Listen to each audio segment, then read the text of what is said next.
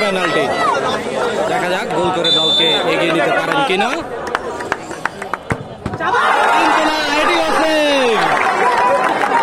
একটিও গোল করতে পারলো না, একটি করে মেরেছে, একটাও গোল হয় নাই।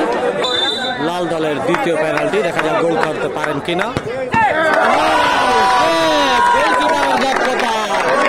দর্শকের ভরপুর আজকের এই 9 নম্বর জার্সি পরিহিত খেলোয়াড় সিমরান, দেখা যাক তিনি গোল করতে পারেন কিনা, দলের পক্ষে প্রথম গোল করে এগিয়ে দিতে পারেন কিনা। নেট ছিঁড়ে বল বেরিয়ে গেছে, প্রচন্ড পাওয়ার ছিল বলে, দেখুন উল্লাসটা। দেখা যাক লাল দলকে সমতায় ফেরাতে পারেন কিনা। দ্বিতীয় শট তাদের, তারা একটি শটে একটি মিস করেছেন। দ্বিতীয় শট,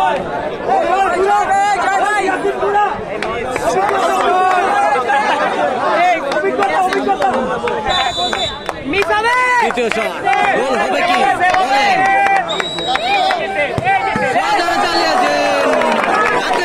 গোল হয়ে গেল, সমতায় ফেরালেন দলকে।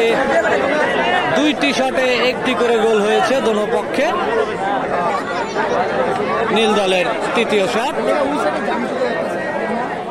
1 নম্বর জার্সি পরিহিত খেলোয়াড় রাজু, দেখা যাক কি করেন, দলকে এগিয়ে নিতে পারেন কিনা। কিন্তু না, স্বতন্ত্র প্রহরী, তিনি ছিলেন প্রস্তুত, তার দক্ষতার পরিচয় দিলেন।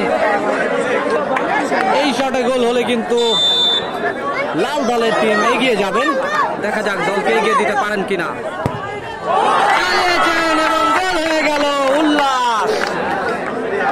এবার কিন্তু টিকে থাকতে হলে গোল করতেই হবে। বল বসালেন ইউসুফ, দেখা যাক দলকে সমতায় ফেরাতে পারেন কিনা।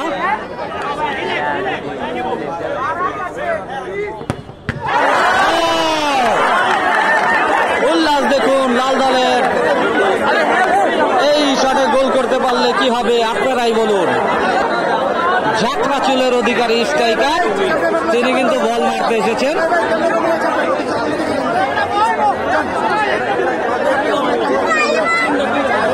ঝাঁকড়া চুলের অধিকারী পেনাল্টি টেকার, তিনি বল মারতে এসেছেন।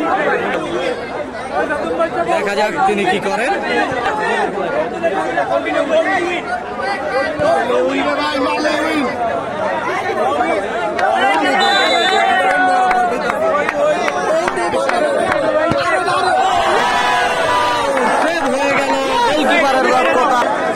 টান উত্তেজনায় খেলা চলছে। দেখা যাক দলীয় অধিনায়ক কবির 4 নম্বর জার্সি পরিহিত খেলোয়াড়, তিনি কিন্তু পেনাল্টি টেকার নেবেন এখন। এইটি সেভ হলে কিন্তু জিতে যাবে লাল দল। দেখা যাক, গোল করেছেন দলীয় অধিনায়ক। সব শোধ হয়ে গেছে, এখন কিন্তু সাডেন ডেথ, যারাই গোল করে এগিয়ে থাকবেন, পরবর্তীটা মিস হলেই ওই দল উইন হয়ে যাবে। বল মারছেন সুমন, দলীয় স্টপার, অনেকটাই